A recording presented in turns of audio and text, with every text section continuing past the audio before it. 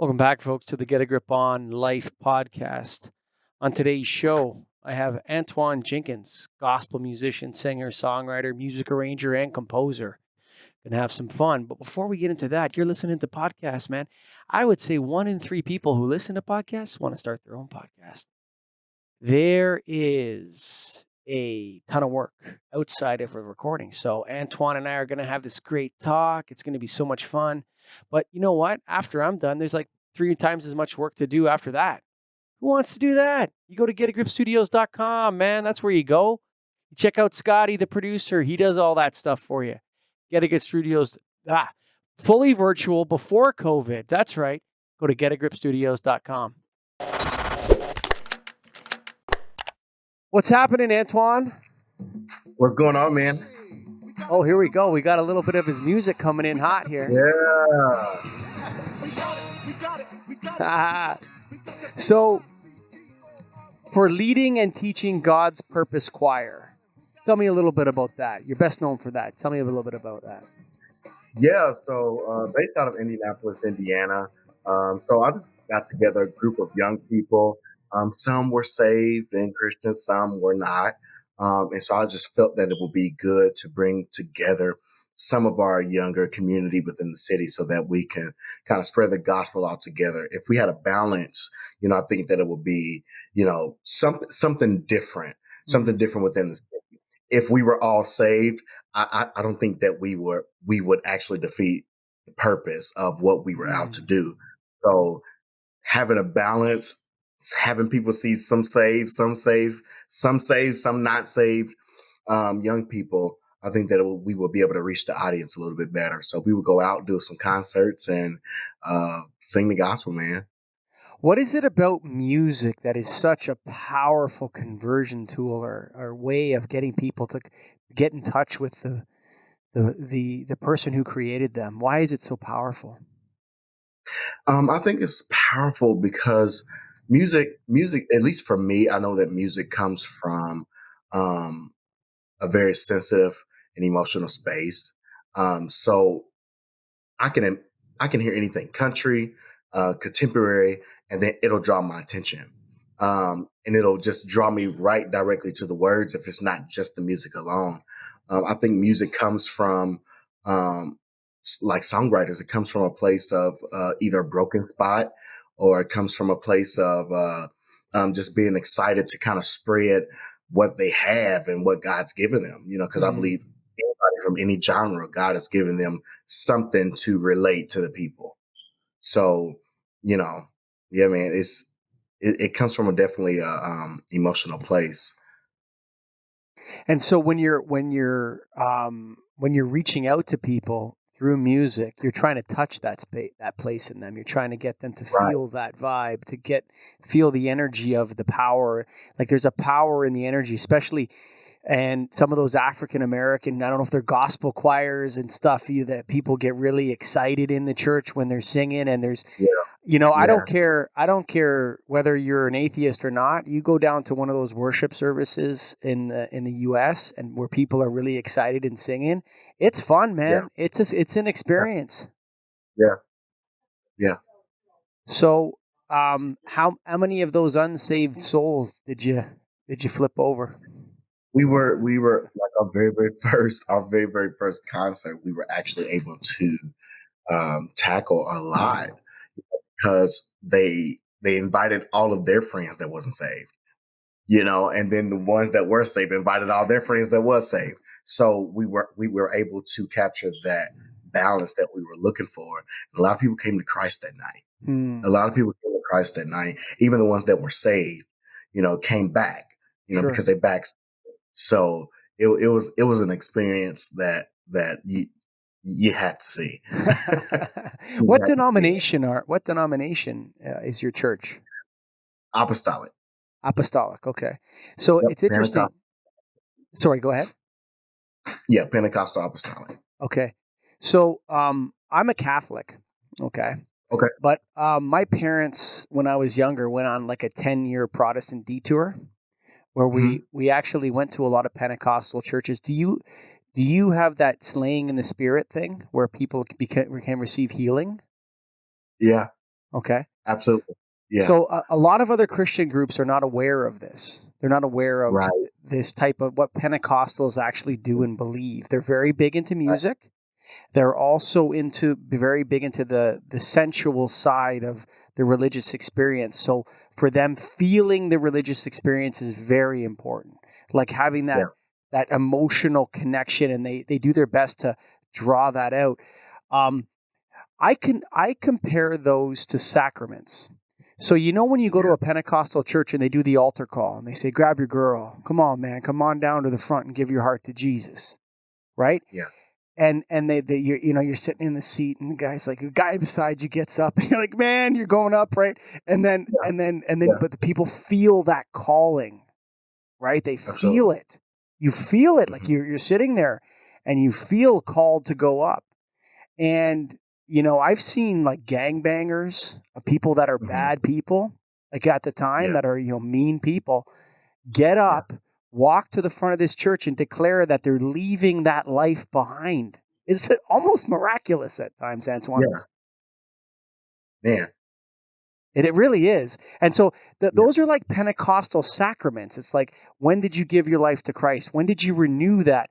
Yeah. Why are those sacraments so important? And what is music? How does music draw people towards that decision to give their lives over to Christ?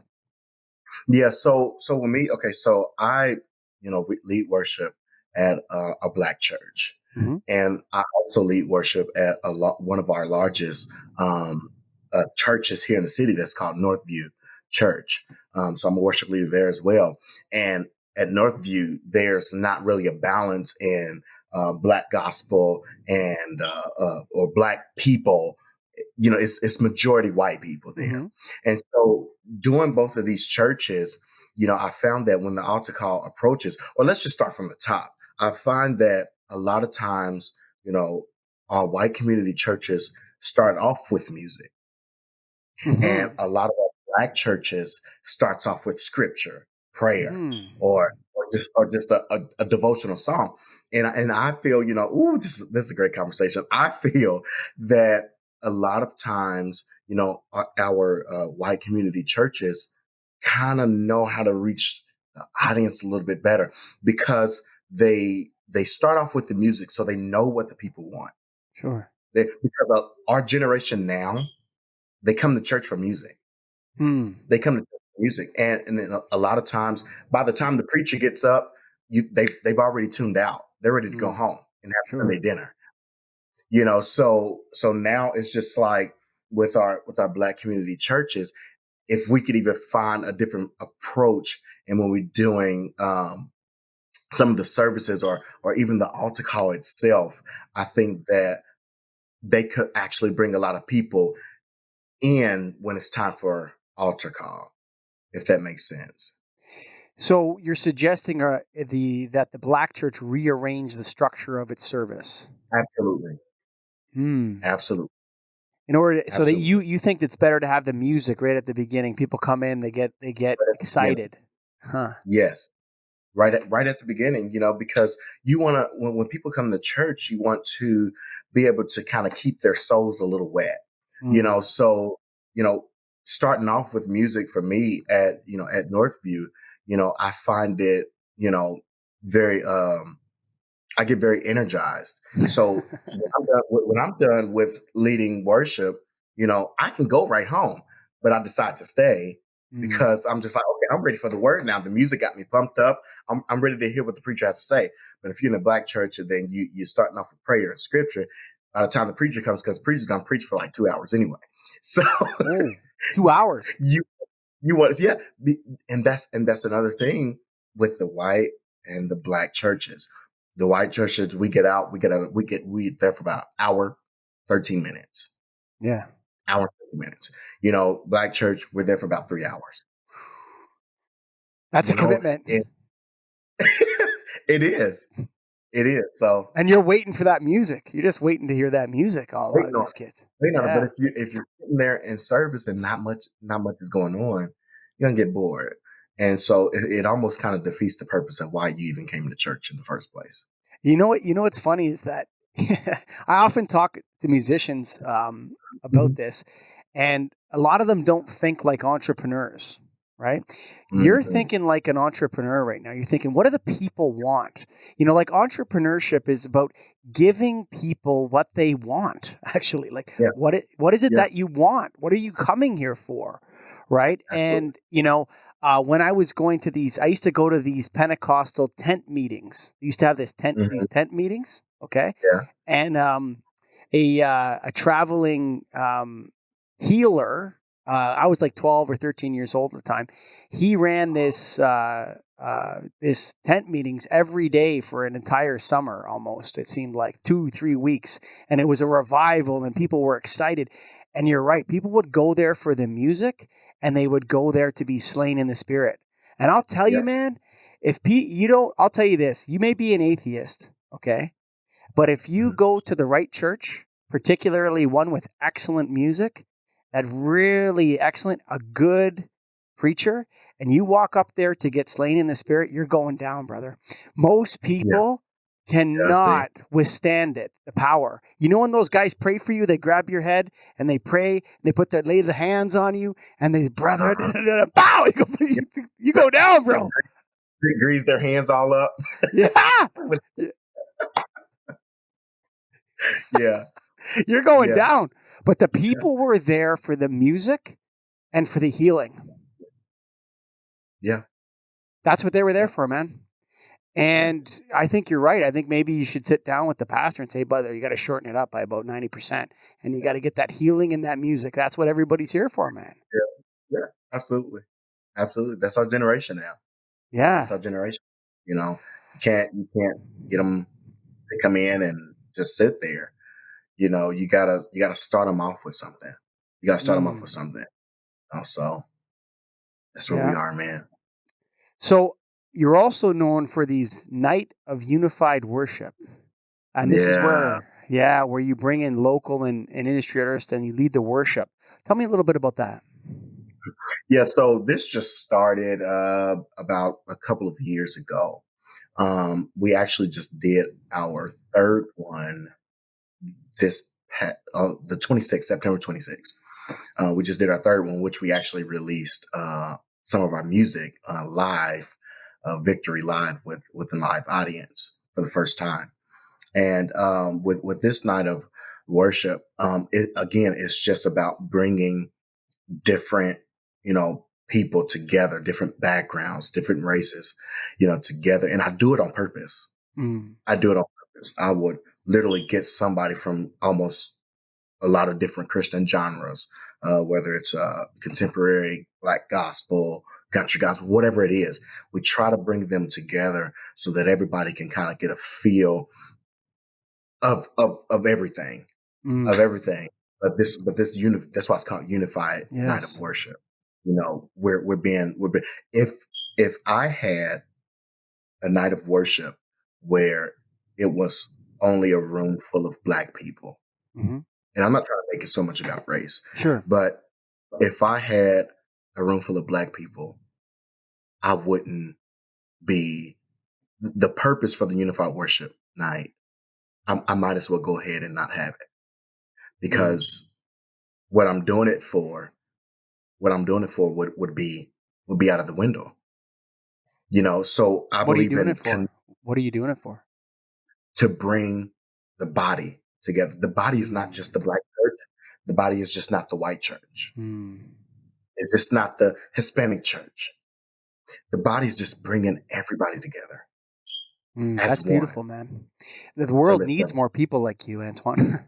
Right now, yeah. especially.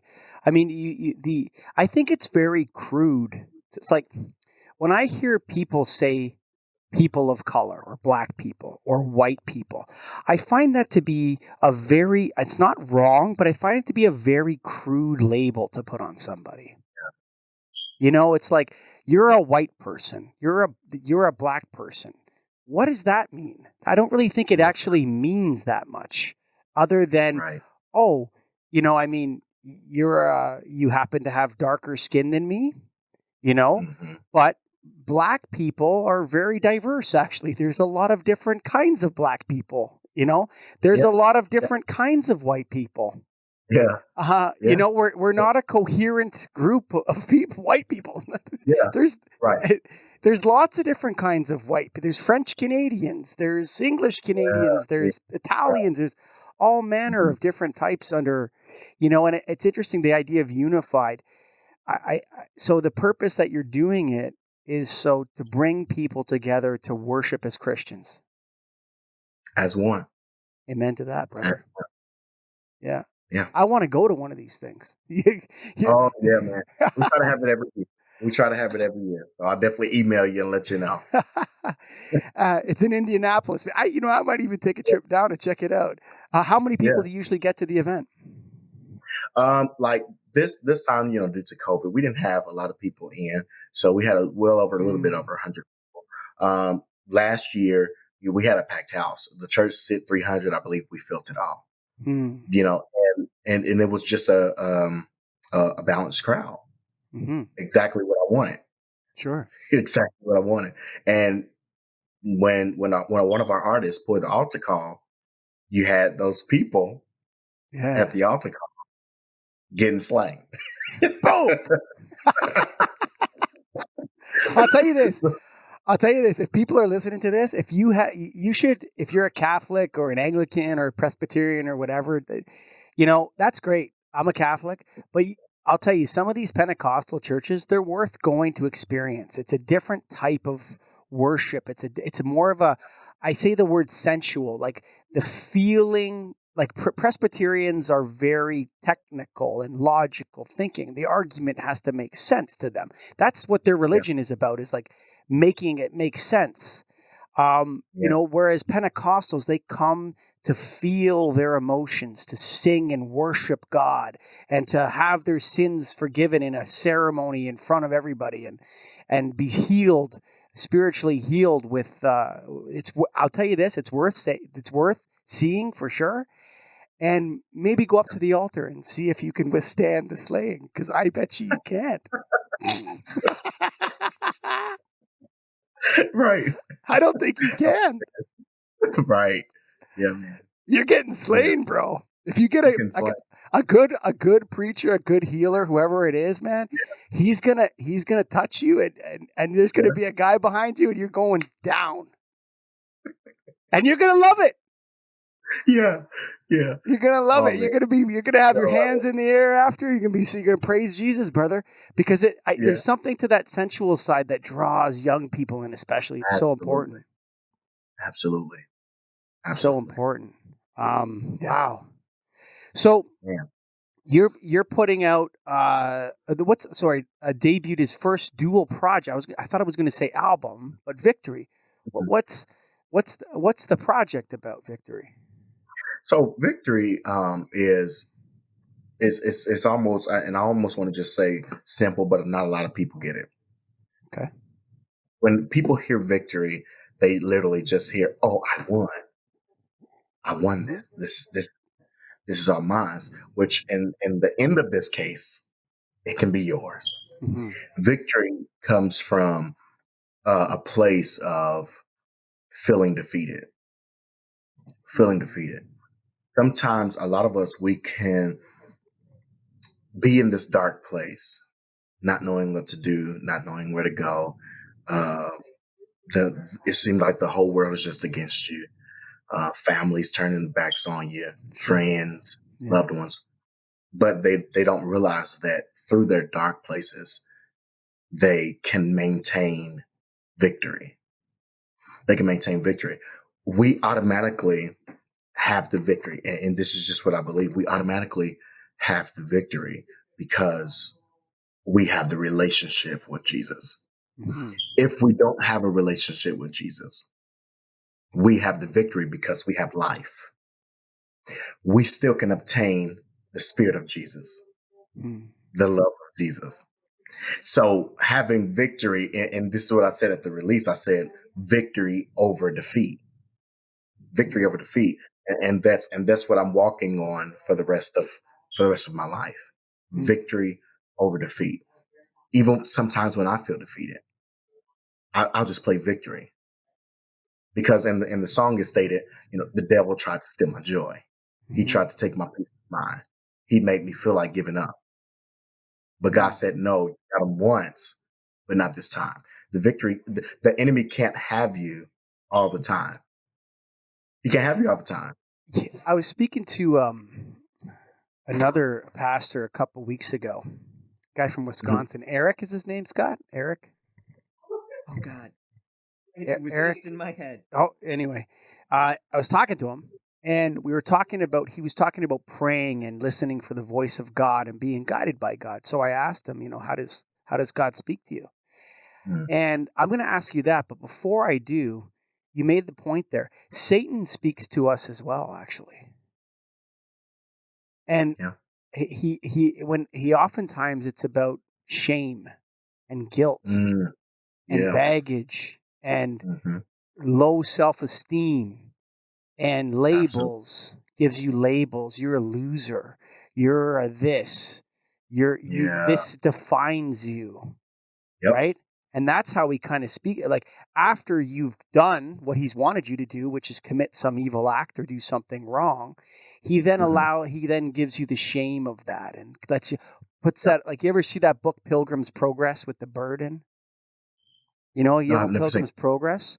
So Christian in Pilgrim's, it's a book from 300 years ago. Christian from Pilgrim's Progress is carrying his burden. And he can't see it, but we can see it in the drawings. And it's this giant sack of guilt and shame he carries around on his back. He doesn't know it's there. And finally, when he meets Christ, he sets down his burden, right? He gets the release from his burden. I think you're right. I think this idea of being defeated, so I might as well live a crappy life anyway because I'm already a loser. Yeah. On point. And that's Satan speaking to you. Actually, that's how he talks to you. Yeah. Through your negativity, through that stuff, and if it's either through the ego, you're amazing, you can do whatever you want, you can sleep with any women you want, you can whatever, or it's through negativity and like that. It's you're a piece of crap, and that's it. So let me ask you this. So you're saying that victory is how you turn off that evil voice in your head. How do you actually, when you're in prayer, do you actually have an experience of interacting with Christ? You actually have a sense of when he's guiding you and what that feels like so people can understand it? I'm going to be 110%. Not all the time. Not all the time, because it seems like for me, and I know a lot of people will be against it, but for me, I don't believe that God always speaks through prayer.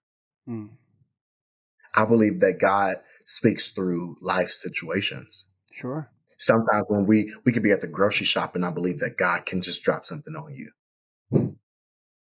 Okay. We can be at the movie theater watching a movie, and then God, sometimes we'd be wondering why a lot of this heavy weight be on you, and a lot of times people think that they're just overwhelmed because of life's pressures and life situations, but a lot of time it's actually leading you to your prayer closet. That's how I think of it. I would be lying if I said I sat here every time and prayed and I heard from God.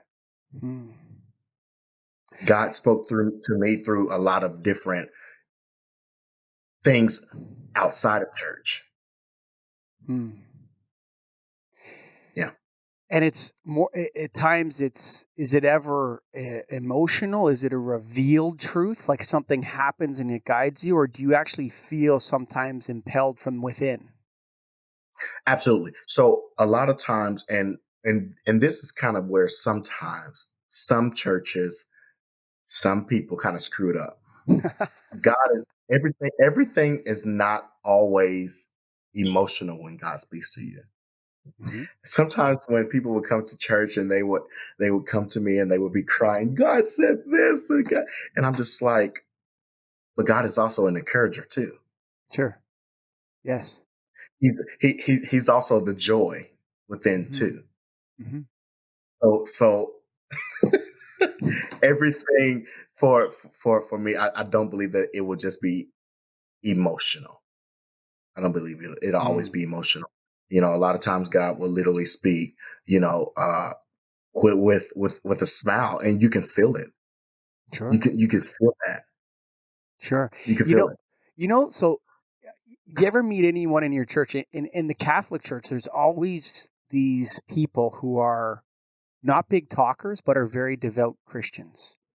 And to Mm, spend time with those people and pray with them, as opposed to somebody that's a big, like I say, a big talker, but I think you know what I mean. Someone that speaks about Christianity. There's people who sing about Christianity, and there's other people that have just spent a life living it and don't feel they're not really there to, tell other people, but they're very deeply, they're very holy, or they're very, what's the right word? I don't know if holy is it. They're sort of sanctified by a life. yeah.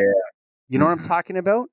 And I think it's very important that Christians they engage with the music, they engage with the priests or the pastors or the preachers and listen to them, but then also engage with their fellow Christians who have spent a lifetime in prayer and in living it as well, that are not singing or talking about it. Does that make sense? What I'm Yeah. saying there? Yeah. You know, for me, I run from super spiritual people. Mm-hmm. I run from them because if you don't have a balance in life, if you can't talk to me from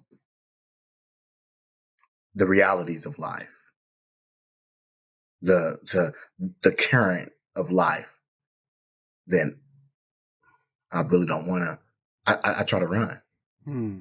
I try to run because if you're super spiritual, it's like you have not much to offer. I'm young. I'm only 26. Mm-hmm. So if you come to me with this big old spiritual bag, Mm-hmm. 9 times out of 10, I'm going to zone out. Mm-hmm. Sometimes with our generation, we have to hear a little bit of the reality of life. Hmm. You know what? There's a there's a there's a need for what it is that you're doing for your generation. There's a really what there's it's almost like there is this desire, divisive to desire, to break people into groups that can be labeled. And Mm, you know what I mean? Women, uh, I'm a trans cisgendered woman, label. mm, This is what I mm. am, right? And I really love the way that music can bring people together. And the fact Yeah, that you recognize that, and you're saying to your generation, you're speaking entrepreneurially, actually, in a sense, like, hey, we got to give the people what not even what they want, in this case, what they need, man. yeah, that's it. That's it. You Yeah, got to give them what they need. They need that energy. They need that music to bring them in. Um, The there was actually a question I wanted to ask you, and I wanted to. Oh yes, this is it. Okay, you teach you mm, teach sessions on yeah, worship and stage mm, presence and microphone gestures. Okay, so like I couldn't remember for a second, and then I wanted to ask you about that. So you take somebody and you say, okay, when you're up there, so there's a technical side to this. There's like mhm. this is how you worship so that other people will want to worship with you, Yeah, yeah, and you teach people to do this. yeah, yeah. Because a lot of times we can be on stage, and you got to, like I said, you got to think. You got to have a balance. Sure. So you can't have um, a guy that's up there leading worship that's not relating to the unsaved as well, because the unsaved are going to look at you. They're not, 9 times out of 10, they won't hear the song. They're not going to really hear you singing. They're going to look at your posture. Mm. They're going to look at your posture. So if you're just everywhere, they're not saved. So they're gonna automatically know, okay, this guy, he's a clown. That's how I think of it. Hmm. He's a clown. What's your posture? If you're holding a microphone a certain type of way, you're relating to the people. You can be lip syncing, but if you're holding a microphone and your posture is a certain type of way, you're relating to the people. You're giving something to the people, Hmm. and they are able to receive it. Hmm. Hmm. That's interesting because the so you have these you got the new prospects in. The unsaved are in the seats. They're not living right. You know how they're living, right? You don't need to know the specifics. You know, for your generation, you know what they're onto the Tinder, they're onto the drugs or whatever it is, and they aren't living right. And you guys want to bring them in, and you want to bring them into the faith. It's interesting because I've been a Christian my whole life, so there's never been a time in my life where I was not professing Christ. So from my entire life, 43 Yeah. years old. But Mm-hmm. people that are not, in the words of Pentecostals, they're not saved. Okay, the unsaved. Okay, as you said, they're sitting there and they're judging you, and they're thinking, "Look at this idiot up there singing. He looks like a jamoke. He's up Yeah. there. He's not. His posture is not like they don't know that there's a problem with the posture. He's Yeah. wheeling the microphone all over the place. He looks like a jamoke. But you're saying that the way that the leader of the worship community worships is a signal to invite the unsaved and to bring them into the Absolutely. church. Huh?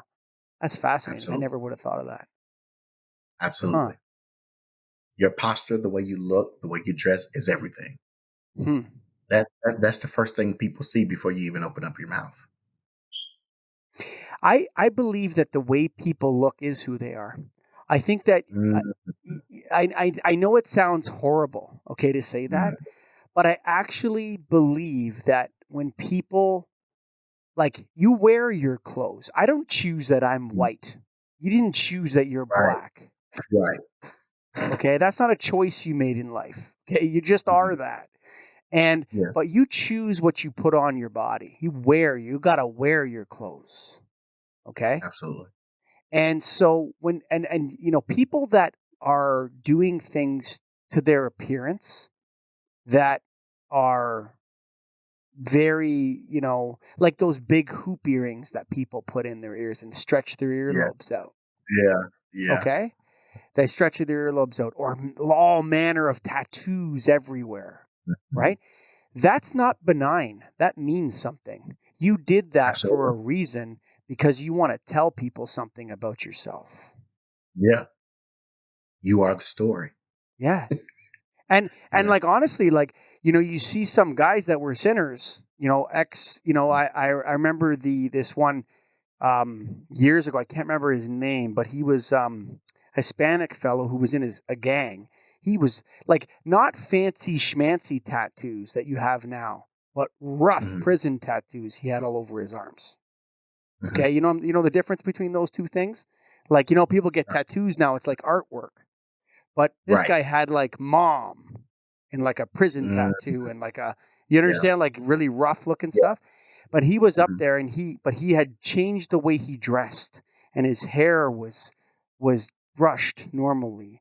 And he looked like he was now looking like a person that was trying to tell people you can go from there to here and you're going to have scars. You're going to have Yeah. scars on you from that life Ah, because man.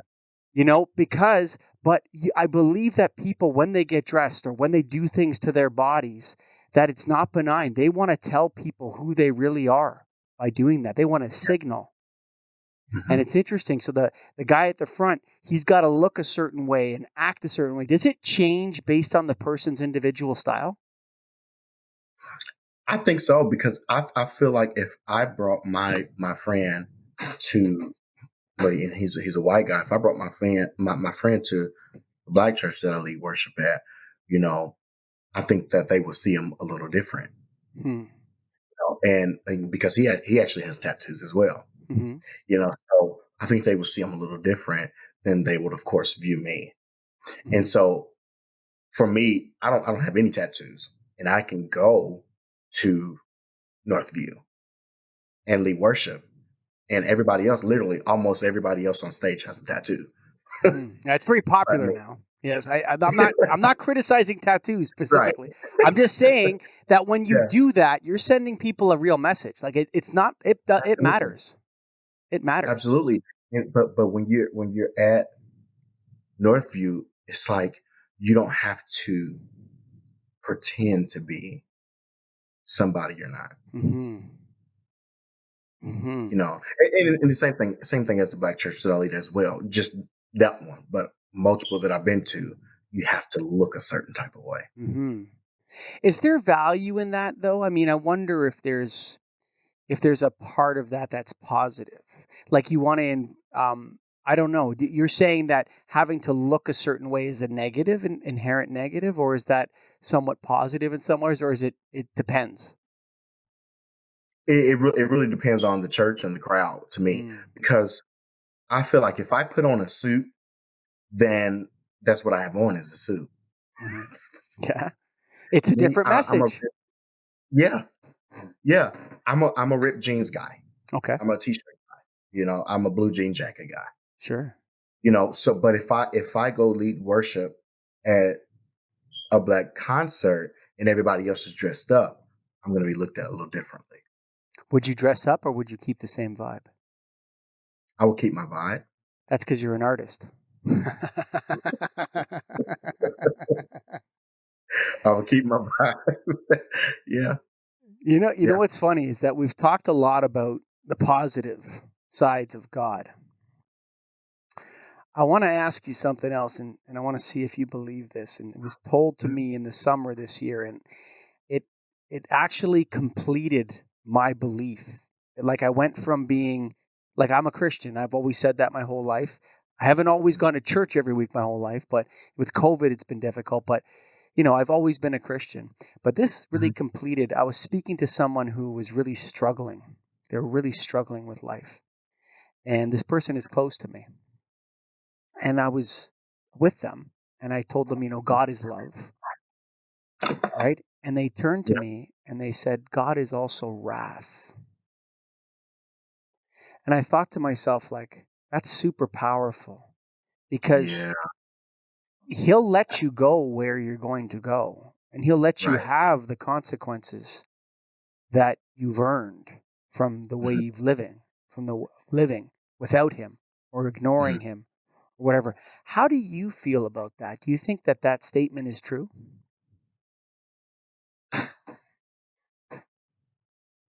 In a sense, because I feel like if you're walking wrong, I feel like God would put you in your place. In a sense, I think it completes the idea of free will, right? yeah. So if you choose to live a certain way, then it's interesting because even if you don't choose to live a certain way, bad things can happen to you. But I think that goes back to what you were saying in the beginning about victory, even when you feel defeated. Yeah, It's yeah. like there's a victory there. And what's interesting is that there's there's praise music and there's worship music. Mhm. And I think there's a difference between those two things. Do you agree with me? I do. I do. Here we go. Scotty's coming in hot. What's the difference between praise and worship for you? Praise for me is that place of let's pray, literally, let's praise God, knowing that it's a happy place. Hmm. Praise, when praise music come on for me, it's a happy place. Let's Hmm. rejoice. Yeah. That's let's rejoice. Yeah. Yes. Worship is that connection that the unsaved can actually attach to. Hmm. When a lot of that's my mind reaching up, reaching the lost. That's why I keep Yes. saying unsaved. Reaching the lost. When they hear praise music, sometimes they can just sit there and enjoy everybody else. Sure. Yes. I know what you mean. Yeah, it's Yeah, fun. Praise music is yeah, fun. yeah. It's It's fun. fun. Yeah. But when that worship music, more of you comes in, Yes. it makes you think. Yeah. It allows you to hear the words. Mm-hmm. So now your heart is open. Mm-hmm. So at that moment, anything can happen. You could either not pursue that open heart and just forget about it, Mm-hmm. or you can just actually build that place with that person. You can tell when somebody's heart is open, Oh yeah, and for sure. you can Yeah, tell. you can tell. You can You can see feel it. it. You can Yeah, see it. You can see it on yeah. people they've opened themselves up to Christ. You can see it, man. Yeah. I've been I used to sit in the balcony of this uh, Pentecostal church, Hmm. and you could look kind of from the corner back at the congregation. It was like it wrapped around the Hmm. church like this. But my parents would go every day, so I was like 13 years old. I'm going crazy. I don't want to go to church every day. So I'd be Right. up there with the other kids and we'd be kind of running around or whatever. And then we'd sit for a little bit of the service. But like you said, the service is going to go on for a while. Okay. Yeah. Uh-huh. So I would Yeah. move to the front of this balcony area and I would look back at times so I could turn and see the congregation like on an angle and see their faces. You Hmm. can totally see when the people are being reached. You can totally Yeah. see it. And Yeah. you could totally see it when they're not being reached too. Absolutely. Absolutely. Like there's like an openness. They're flowing. There's like a spiritual energy being exchanged, and then Yeah. they line up to come up and be prayed for, and Mhm. there's a real energy that you can feel from people in a service. That Yeah. yeah, you're right about that, man, 100%. Yeah. And Amen. worship music gets them. Yeah. It's that place. It's that place. Yeah, Yep. sure. You're attached to it. Yep. Tell me a little bit. What is Indie Blue Music, a division of Entertainment One Nashville Music? What is that? It's a distribution department. So, for me, how I look at it, it allows you to reach an audience that you haven't reached. Hmm. It's another program and it's really good because, Entertainment One, they have a name. They have a Mhm. name. So if you connect with them, and even just with the distribution deal, you're reaching that audience that you didn't have before. Mhm. So Yeah. you're sending out to more people. Um, Yeah. I think what can I do you mind if I give you some advice or make I a don't mind. comment about? Yeah. I really liked what I thought. So I'm an entrepreneur. I've started a lot of businesses in my life. Mhm. And none of them are huge, but they're Canadian. So Canada's a lot smaller than the United States, but they're all Mhm. successful. And I've started them all from nothing without borrowing any money. Yeah. Okay. And so when you were thinking about what the audience needs, I think that is so important for somebody, whether they're making music, whether they're a pastor in a church, whether they're Mhm. running a business. It's good to think like in a church, those people are your customers, man. That they're the ones Yeah. paying, right? So Yeah. who is the customer? What does the customer want to buy? You Yeah. naturally think about that, dude. And I would encourage you to stay in that place whenever you're thinking about your pocketbook or about making music. Check in with that guy, that part of your personality, because it Mhm. comes out naturally in you. Like you said it on your own. And a lot of people don't think like that. A lot of people think within the structures they're in. This is how it works. You're sitting there thinking at the past, like, dude, man, you want to save these people, man? We got to get the music going earlier. Like, you're thinking like an entrepreneur. A lot of people don't have the guts for that or the mindset or something like that. I Right. totally think that's awesome, Antoine. Thank you. Thank you, man. I appreciate it. Hey, where can people Yeah. find your music, man? Yeah. So it's on all of your favorite outlets. You have Apple Music. You have Spotify. You can even go view it on YouTube. Hey, It's all out there for you. It's all out there. God bless you, my man. I really appreciate having you on. Scott, why don't you take us home with one of his songs? Which one is it? We're going to go back to Victory. Victory. There it is. Oh, This is a little bit of praise music.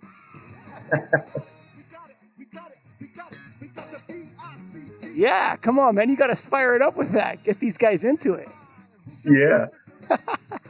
Antwan Jenkins, really appreciate you being a guest on the Get a Grip on Life Thank you, podcast, brother. my man. Yeah, God bless, man. God bless Folks, you. you hear Antwan's music in the background right now. Maybe you're jamming out in your car. You're thinking where you can get it. You can go to the Get a Grip on Life website, and Scotty there is going to post all the links. But before I go, man, I know Antwan and myself thank you from the bottom of our hearts, but really, I want to appeal to your ego now. You want to start a podcast, don't you? Well, don't do anything until you go to getagripstudios.com. In fact, you can call Scotty, talk to him for a little bit about your ideas, and see where you go. Folks, thanks for listening. Bye for now.